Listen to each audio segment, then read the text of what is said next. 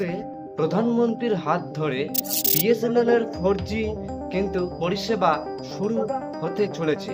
আমরা বিস্তারিত জানতে চলেছি এই বিষয়ে, তাহলে ভিডিওটার সঙ্গে জুড়ে থাকুন আর না টেনে পুরোটা দেখতে থাকুন। আর চ্যানেলে নতুন হয়ে থাকলে অবশ্যই সাবস্ক্রাইব করুন, পাশের বেল আইকন অবশ্যই অন করে দিন, তাহলে ধামাকাদার ভিডিও সবার আগে পেয়ে যাবেন আমাদের। আর বিএসএনএল এর 4G পরিষেবা যদি হয় তাহলে 2025-এর মধ্যে যদি 4G চলেই আসে আর 5G কিন্তু চলে আসবে 2026 সালের মধ্যে বা বড়জোর 2027 সালের প্রথম দিকে।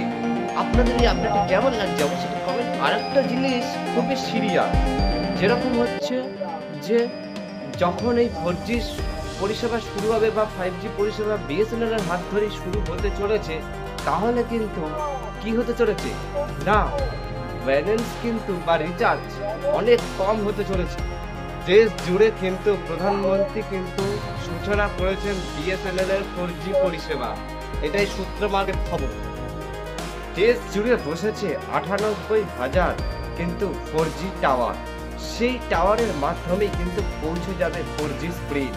এছাড়াও দ্রুত বুঝতে চলেছে যে 5G টাওয়ার।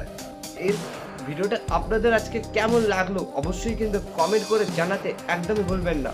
তাহলে দেখা হচ্ছে আরো একটি ধামাকাদার লেটেস্ট ভিডিওর সাথে। ততক্ষণে যারা সবাই সুস্থ থাকুন, ভালো থাকুন, আজকের মতন এইটুকুই।